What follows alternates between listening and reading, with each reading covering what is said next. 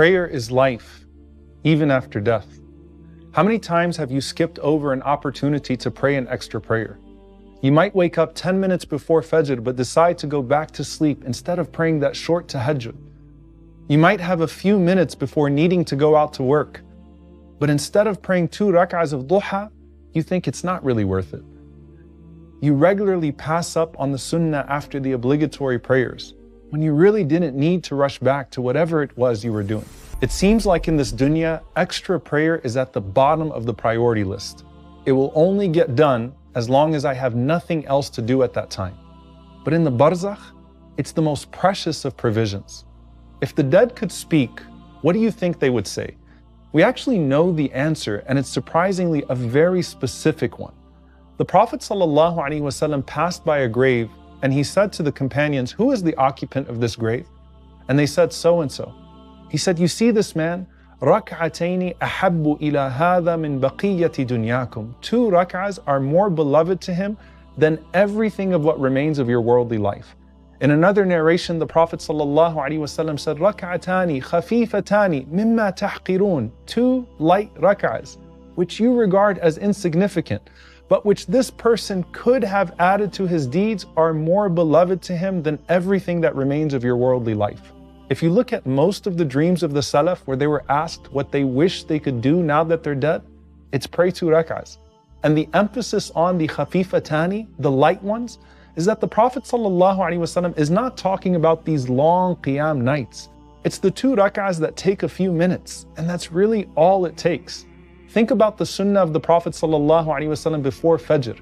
It was so short that the companion said it seemed like he was only reciting Al-Fatiha in both rak'ahs. But the Prophet ﷺ said about those 2 rak'ahs that they are Khairun min ad-dunya wa ma fiha. They are more beloved to me and better than this entire world and what is in it. Our Prophet ﷺ used to treat those voluntary prayers like they were once in a lifetime opportunities. And if you treated your prayer that way, you might feel the same. Al-Imam al-Muzani rahimahullah said, if you want your salah to benefit you, then say to yourself before every prayer, perhaps I will never pray another prayer in my life. And I want you to think about how the people of Gaza pray literally between bombs, not knowing if they're going to live to see the next salah. Imagine how much khushu' you have in a tent of a refugee camp when your death is that near. And imagine how much peace it gives to the heart of someone who has nothing and no one else but Allah. But if you know your prayer enough, even if you have everything else, salah is still what your heart and soul crave. Remember how the Prophet ﷺ would say, "Arihna biha ya Bilal," comfort us with the prayer, O Bilal. What if the prayer is still comfort in the grave? The scholars say that prayer was more beloved to the Prophet ﷺ than even his food and drink. So even though he and the other prophets don't have to pray in the barzakh anymore, they still want to. So when the Prophet ﷺ was on the journey of Al-Isra wal-Mi'raj, he passes by the grave of Musa alayhi salam and he says, I saw him qa'imun yusalli. I saw him standing up and praying in his grave. What was that salah? The scholars say that that salah is not one that's meant to increase your record, because you can't do that anymore when you die. But it's actually part of the reward for some of the righteous that Allah lets them still pray. So for example, Thabit al-Bunani radiyallahu anhu was seen in a dream praying in his grave. And it was mentioned that he used to make dua for the ability to be able to pray salah in his grave. And while we may not want to pray in our graves as a form of reward, if we're accustomed to never missing salah, it's the first thing we'll think about when we wake up in our graves. The Prophet ﷺ said that when a dead believer is sat up in his grave, he will see the sun looking like it's about to set. So the first thing he's going to say is, let me pray. And the angels will say, you will pray, but first we need to ask you these questions. Now think about the disoriented believer waking up in this dunya and thinking, did I miss Fajr or did I miss Maghrib?